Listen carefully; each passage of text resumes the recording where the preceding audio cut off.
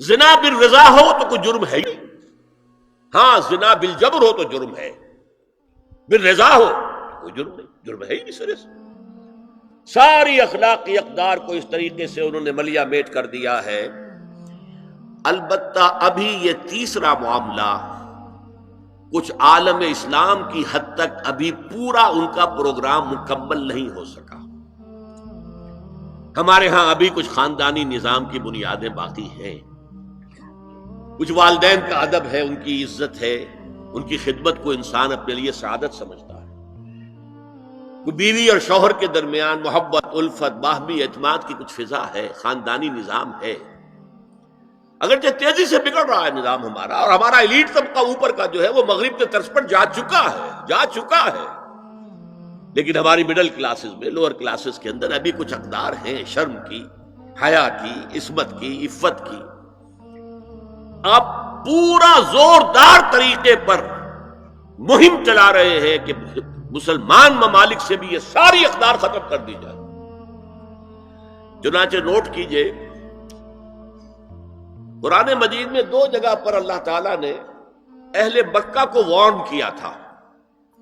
اولم یروا انا ناتی الارض ننقصها من اطرافها، کیا یہ قریش دیکھ نہیں رہے کہ ہم رفتہ رفتہ ان کی طرف بڑھ رہے ہیں، چاروں طرف سے ان کے گرد ہمارا گھیرا تنگ ہوتا جا رہا ہے، ان کے گرد جو قبائل آباد ہیں وہ ہمارے حلیف بنتے جا رہے ہیں۔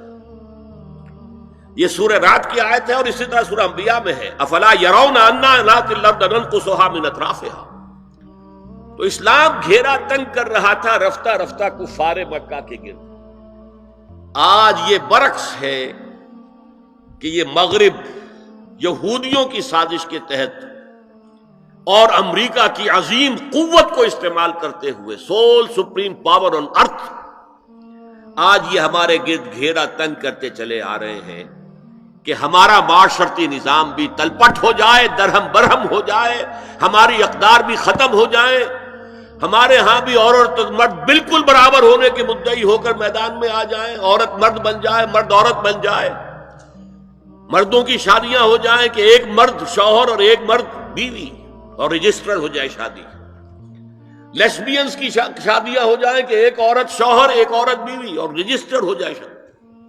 یہ سارا کام ناتی الارض ننقصها من اطرافها، اس کی مثال کیا ہے کہ پہلے اس پروگرام کے تحت 1994 میں کانفرنس ہوئی قاہرہ میں، عرب ورلڈ کا وہ مرکز ہے، اس لیے کہ عربوں میں تعلیم کے اعتبار سے، ٹیکنالوجی کے اعتبار سے سب سے آگے مصری ہے، تو یہ چونکہ ان کا ثقافتی اعتبار سے امام ہے، وہاں جا کر انہوں نے ڈیرا لگایا اور ان افکار کی اور ان نظریات کا پرچار کا معاملہ کیا۔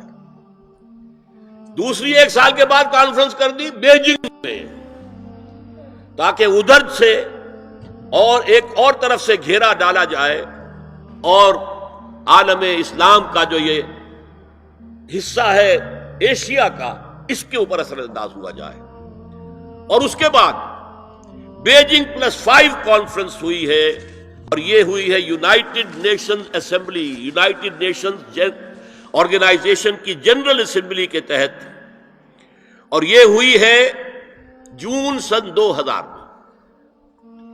اب اس میں جو بھی ایک پرچہ تیار کیا گیا تھا ایجنڈے کے طور پر، اس میں جو سفارشات تھی وہ میں آپ کو بتا رہا ہوں۔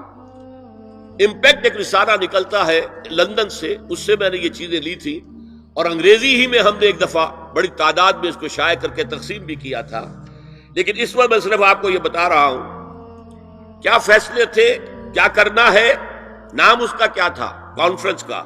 Women 2000، gender equality, development and peace for the 21st century. Preparatory document میں نمبر 1، ہومو سیکسولیٹی کو نارمل سیکسول اورینٹیشن قرار دیا جائے، کوئی جرم نہیں ہے۔ مرد مرد سے شہوت رانی کرے، عمل قوم لوط، یہ کوئی جرم نہیں، کوئی حرام نہیں، کوئی بری شے نہیں، نارمل اورینٹیشن ہے، یہ مزاج ہے۔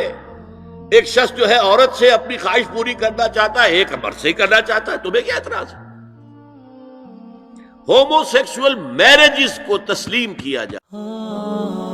خليل بالقرآن هو إمامنا على هداية الله